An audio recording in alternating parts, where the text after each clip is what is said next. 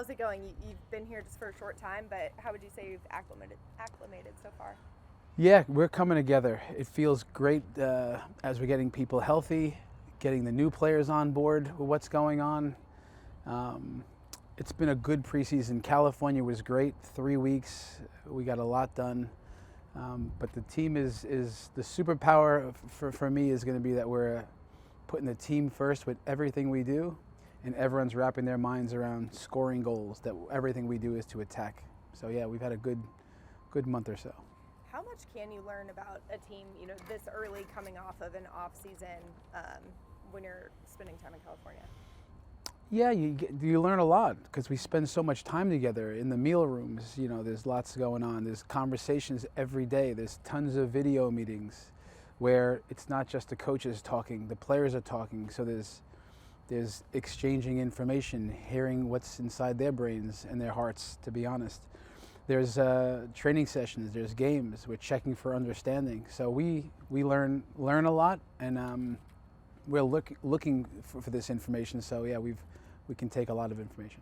What's one thing you're really excited to have learned about this team? I love that, everywhere I've been in the game, and it started when I was a little kid playing, I've been part of good teams, and lots of those good teams were winning teams. And the ingredients that were in all of those teams were putting the team first mentality. So for me as a coach, seeing the team run for each other, commit to each other, accountable to holding each other accountable, vulnerability in video meetings, that just this idea that it's all about the team, that's the big positive for me. My last question, just now that you're back here, what are you jumping in on first, I guess? Yeah, it's a good question. For me, and the message to the team is this idea of marginal gains, that 1% better at everything we do. That oftentimes, for a player, that's tangible. I can do that, 1%, that's it. But at every single thing we do, that the idea of adding up all those margins now oftentimes makes a difference. So there's not 100 things, it's not bicycle kicks and nutmegs, it's when we have the ball, when we don't have the ball, when we win the ball, when we lose the ball. Those are the 4 phases, and then set pieces, of course. So as we've gotten going here, it's just continuing to get to know the players, and then 1% better at everything that we do. Players have been in the new facility for a minute now, but just they talked last year and the last couple of years about Black Co and adding the video analysts, that just everything just helps so much with the structure here. Just how have you seen just this investment and all the investment in this club just like help it be what it is today? Yeah, listen, it's clear that from the top ownership, what we want to be around here. We want excellence at everything that we do. And when it's said to be the best women's football club in the world, that means something, and that's real. So you can see the investment in quite honestly, first and foremost, people, getting the right people, trying to retain the right people, and sometimes replacing the right people, because this is how it goes in this business. But then the support of all the resources and the facilities and the pitches and heat under the grass at this time of year is helpful in moments. So that helps to create that we're a real professional organization, and players feel that, and then everyone feels responsible to deliver excellence in everything we do. As coaches, I love having the grass and a ball and some willing customers that show up to play, but we have all that we need in that regard. I know early on you mentioned that you still have to learn the league, have to learn the teams. Just where are you with that now? And just I know watching past film can kind of be tricky because those are old players and rosters, but how have you just kind of learned who teams are, especially in the preseason with Coach Armas? Yeah, I'm understanding what some of the trends are, some of the things that can hurt us, some of the things that we can expose teams with. So, always when we have the ball, it's where are the spaces, where can we get behind teams and score goals. I've just picked up little trends there. And defensively, just understanding, I've gotten to see where we've conceded some chances, but we've created a lot more than we've conceded thus far, and I'll continue to learn. Even Utah, I've already watched them, our first opponent, to just really gain perspective and understand what they're trying to achieve out there. So time will help. It's going to be a process. Now that you've also been in KC for a little while, just have you gathered some buzz from the fans about what your first experience in CPKC will be like in those couple weeks? For sure. I'll have another event tonight where I get to meet some of the season ticket holders. I've been to a couple of appearances already. There's a real buzz and energy. The way they support our team, they're amazing. So no, I've gotten a good glimpse already, and I can't wait for opening day. I know we'll expect a sellout, bring in big energy and support for our team, and they can expect a team that's together and puts the team first and attacks in everything we do. Kind of building, kind of like PJ said already, but between when we first met you and now, has anything like surprised you, but in a really good way?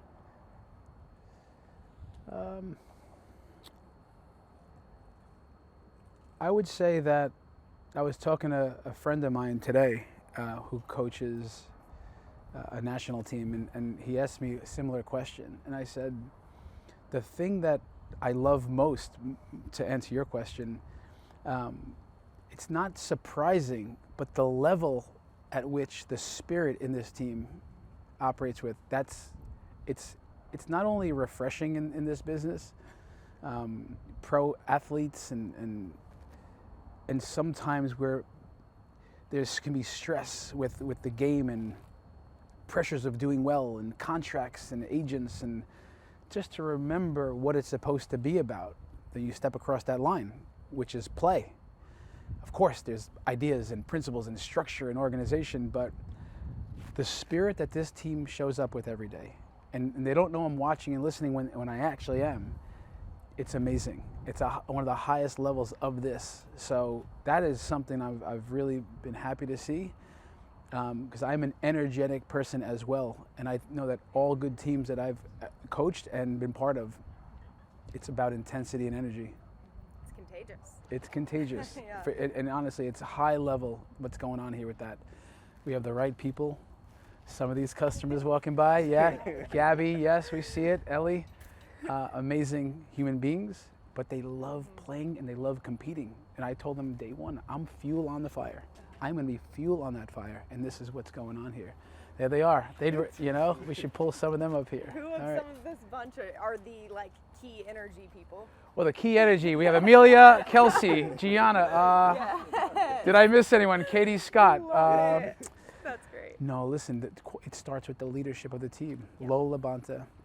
But there's other leaders, when you start looking around the team, and it doesn't matter the age. When you're good enough and leader enough, you're good enough to do that. So Izzy Rodriguez, and you start looking around, Kayla Sharple, some of the experience that these players are bringing. Debinia, honestly, she's one of the most amazing human beings I've been around and speaks perfect English. So empowering her more to be more of a leader, and the list goes on. It's a smart group, articulate, they care a lot. But there's a lot of, but it's the leaders that are pushing the messaging and bringing along the young players. We have two questions from Daniel Sperry. How do you envision Croy fitting into the attacking group with Davinia, Temwa, Ali, Michelle, and company? Yeah, I envision her bringing her personality to the bunch. She's a playmaker. She's someone that not every player out there can make players around them better. This is what a playmaker is in her world of just great passer. She led the league in assists at some stage. Was it her first year in the league? So yeah, I mean, I envision her making those players around her better in conjunction with a Deb. I don't see it necessarily one in, one out. So it's I think it could be for her and Deb or Ali, 1 + 1 = 2.5. They make each other better. So playmaking ability, final third clarity. And then building off of that, what specific traits or abilities does Croy bring to the attack, and how do you try and make it a cohesive attacking group? Yeah, look, so much of what we're doing this year will be continuing some of the cohesion up there. There's a few new pieces, but I want that to make us better. So when Temwa's back and Coop is back, Ali Sentner will be in the mix, and now you have Deb and of course Croy. I think, listen, what you see with Croy is high level of intelligence, football IQ, we say, and then she's got really, we say, clean feet, but feet that are technical, and it's not always that you can get the two on the same page where the feet can do what the brain is thinking. So I do think she has those two things, the technique and the intelligence. But I think with her, the other piece that's really interesting and makes her it makes her different, is her creativity. She's got, she sees some things that not so many do. In the NBA, I watched Jason Kidd growing up, the point guard. He can just see some of these things, that others don't see, and can deliver it, the playmaking ability.